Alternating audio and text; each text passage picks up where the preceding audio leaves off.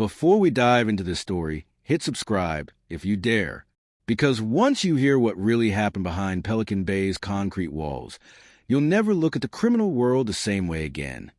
The first scream echoed across the yard long before the alarm ever sounded. It was a kind of sound that didn't rise. It fell heavy and final, like something sacred breaking.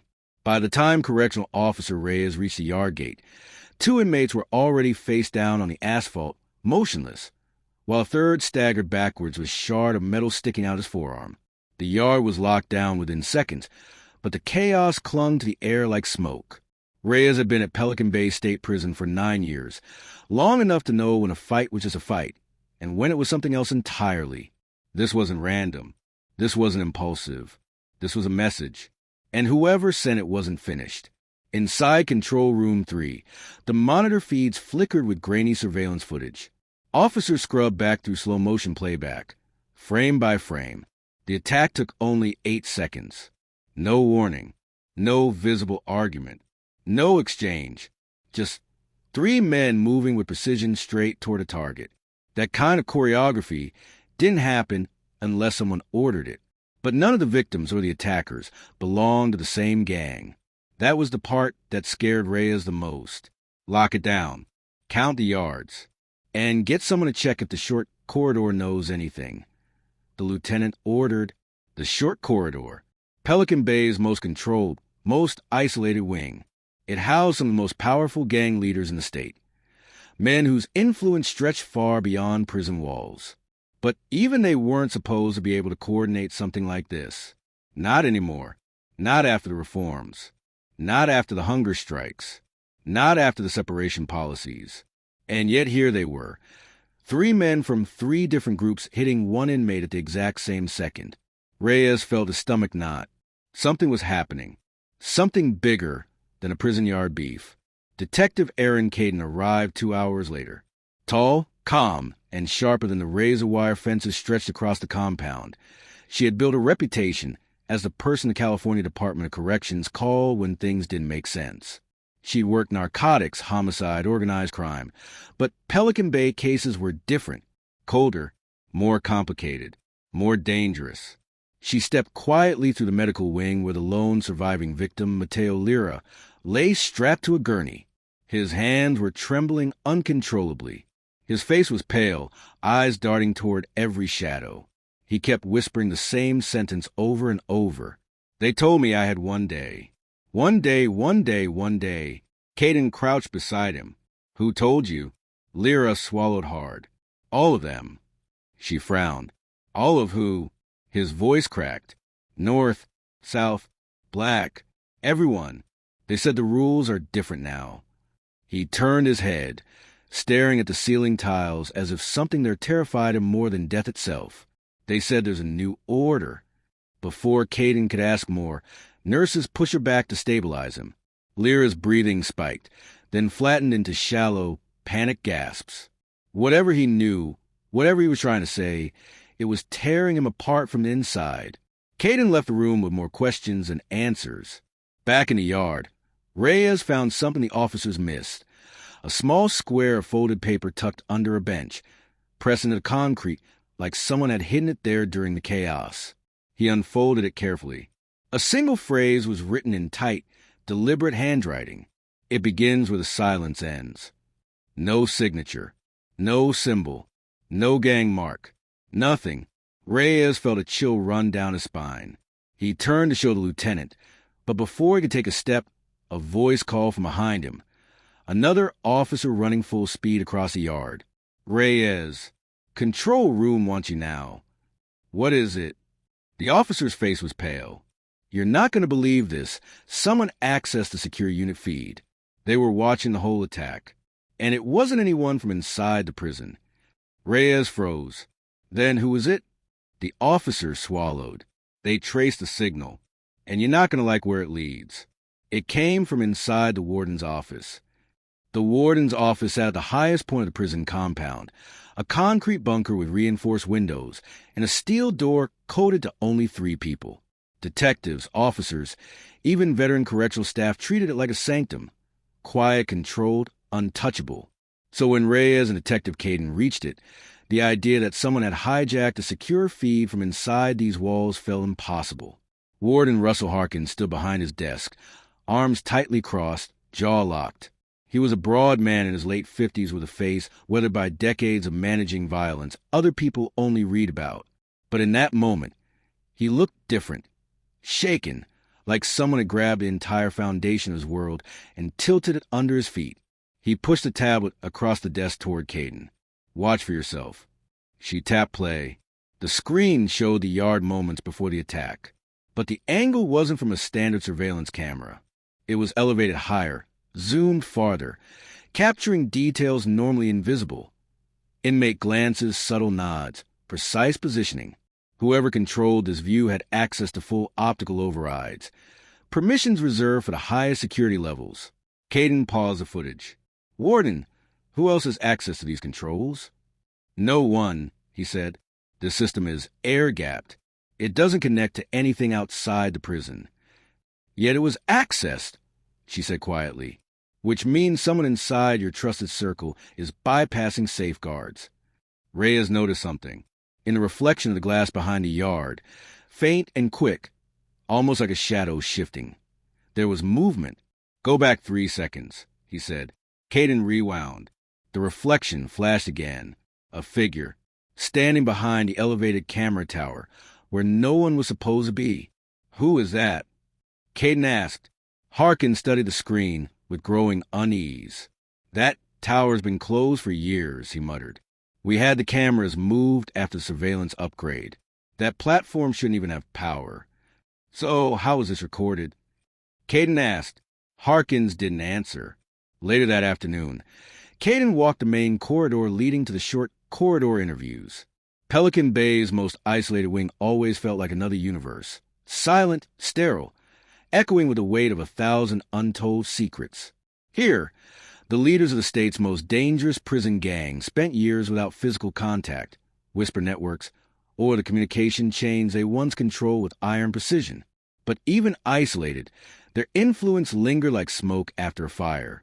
A guard escorted Caden to cell 114, where Antonio Bones Serrano sat on his bunk. He had once been a high-ranking shot caller, a man whose decisions had led to riots, truces, and bloodshed across multiple facilities. Now he looked older, thinner, but his eyes still held the sharp focus of someone who measured every breath around him. "You know why I'm here," Caden said. Bones smirked. "Everyone knows why you're here. The yard got loud today. You think this was gang politics?" "No. Politics have rules.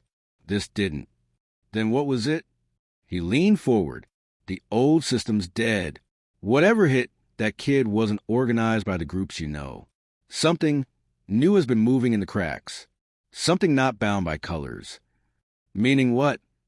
He shrugged. "Meaning the prison changed faster than the people running it. And something filled the vacuum." Caden stepped closer to the bars. "Does the phrase 'it begins where the silence ends' mean anything to you?" The smirk vanished from Bones's face. He stood up slowly, tension creeping into every line of his posture. "Where did you hear that?" "From the yard." Bones shook his head. "That's not a message. That's a warning. And if it's showing up again, you're already behind." "Behind what?" Caden pressed. Bones pressed his palm to the glass slot in the door, lowering his voice. "You ever wonder what happens when all the gangs stop fighting? When every enemy suddenly has the same target. You think that kid on the yard was the point? He wasn't. He was a test." Caden's heartbeat quickened. "A test for what?" He looked her dead in the eye. "For war." Suddenly, shouts echoed down the corridor. An officer sprinted toward them, panic in his voice. "Detective Caden. The survivor, Mateo Lira, he's gone." Caden stiffened. "Gone? How?" "He disappeared from medical. No one saw him leave, and the security footage was wiped." Bones exhaled sharply. "It started." "What started?" Caden demanded. He replied with a whisper that chilled her. "The thing hiding inside your walls." The alarm that signaled an internal breach hadn't gone off in Pelican Bay for nearly a decade. But now, as Detective Caden rushed through the medical wing, Red lights pulsed along the walls, and officers scrambled in every direction. Not from panic. Pelican Bay staff were trained for chaos, but from confusion. Lyra, the only surviving victim of the yard attack, had vanished without a trace. His restraints were still clipped to the bed. His foreline lay coiled like it had been placed down, not torn out. No signs of struggle. No witnesses. No footage. Just absence. Caden pulled up the digital log. The feed hadn't merely been deleted.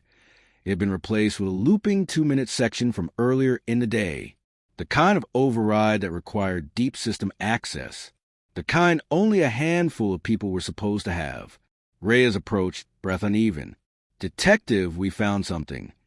He held out a folded piece of medical paper. The same handwriting as the yard note.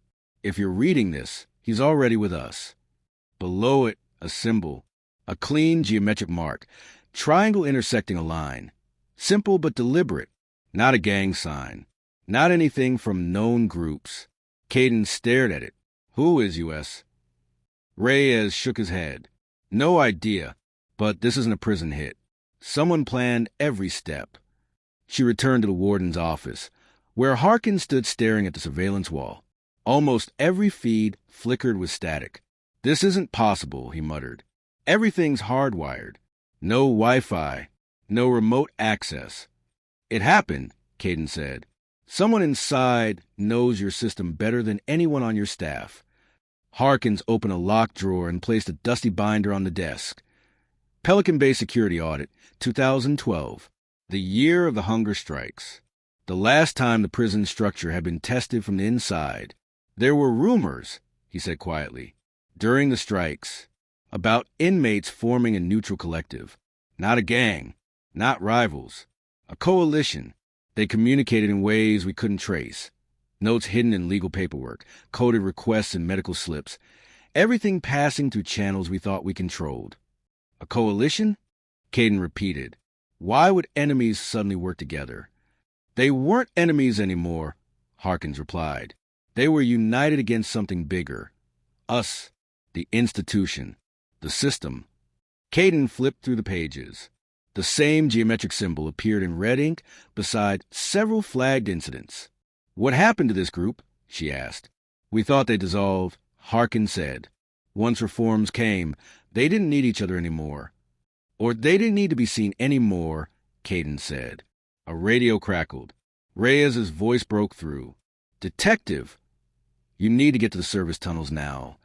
The tunnels beneath Pelican Bay were a maze of concrete arteries designed for utilities and maintenance crews. Rarely used, rarely checked.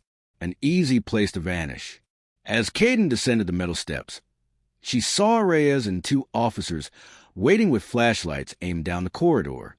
"There," Reyes whispered. A trail of medical gauze lay scattered along the concrete floor, leading deeper into the tunnel. At the end of the path was a closed storage door. A faint sound came from behind it, not movement, but voices. Calm, low, and deliberate. Caden signaled the officers, then pushed the door open. The room was empty. Just a single chair. A folded prison uniform. And another note. "You're chasing ghosts." A second line beneath it. "Stop looking for him. Start looking at yourselves." Reyes rubbed the back of his neck. "This is psychological. They're baiting us. They're telling us something," Caden said. "Something we're missing." She stepped into the room. The walls were bare except for one thing carved into concrete. Faint but unmistakable. That same symbol. The triangle intersecting a line. She photographed it and sent it to the warden. Seconds later, Harkins called. "Caden, you need to come back. Right now." His voice was strained, almost cracking. "Why? What happened?" The symbol, that wasn't just a mark. It was part of a signature used years ago in a confidential internal investigation. An investigation into staff activity. Caden felt her pulse quicken. "Staff? What kind of activity?" There was a long pause. "The kind that doesn't involve inmates at all." "What are you saying, Warden?" Harkins exhaled slowly. "The group you're hunting, it started with corrections officers." Reyes's eyes widened. "You're telling us this whole thing." was created by people wearing the same uniform you do. Harkins finished. Cadence stared down at the symbol on her phone. If that was true, then the truce between rival gangs wasn't a mystery. The real danger was the alliance no one ever suspected. An alliance built by staff, hidden for years, and suddenly active again. Caden turned to Reyes. "This isn't a prison war," she said. "This is something else." He swallowed. "Then where's Lyra?" Caden looked back at the empty chair. "Where they want him," she said. "Where they want all of us." Then she read the last line of the note one more time. "Stop looking for him. Start looking at yourselves." A warning or a threat. Either way, the message was clear. This wasn't the end.